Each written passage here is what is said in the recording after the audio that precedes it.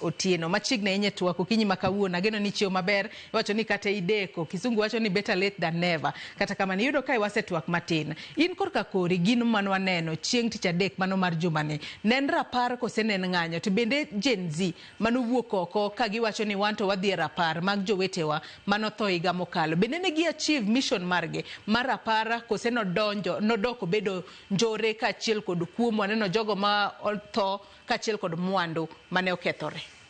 Okay, erokamano ahinya. Gima nyalo wacho gima notimre tich adek ne ok en rapar but ne en ng'anyo kaluwore ni rapar ok onego bed ni chak kelo tho ama kane gidwaro ni mondo gitim rapar ok ne nyis ni gidhi e ndara mondo gigo koko gidhaw gi polise ka gidiro kite to polise diro tear gas mano chak kelo tho koro onge kaka rapar nyalo bedo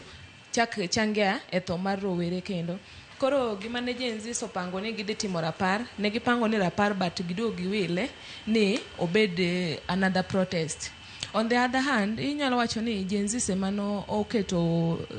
oketo protest, but of which koni bende nitiere jok moko makawo advantage mar oro goons mondo ti. Koro chalo ka gima rowere motimo but rowere samoro onge part of it, jo moko kawo thuolo no mar keto goons bende ochangia e protest mar ketho gige ji kaka naneno ka oketh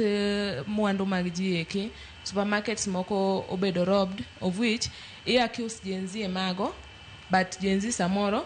gin ok gidwa timo mano but koro nitie jok moko manie iye mokawo thuolo no mar oro goons gi ka gichulo gi pesa to jomagi manyalo bedo ni oro goons gi mar mondo mi obi oketh ng'anyo mago mag Gen Z nikech adira kwa ng'eyo kata higa mokalo Gen Z ne wuok oko ka ng'anyo gi muolo ne giting'o mana bendera ne gintiere mana kod simbe gi elwetgi mago simbe mag ong'we yamo smartphones kachiel kod pi nyaka sani gima nwaneno chieng tich adek mano mar juma nyalo bedo ni nitiere josiasa moko makoro kaw advantage mano mar jogo makoro wuok oko ng'anyo gi muolo.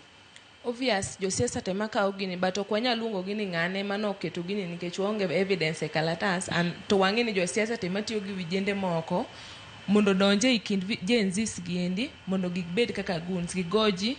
to iwekelea Gen Z ni emotimo nikech koro Gen Z ema sani voice gi iwinjo mang'eny.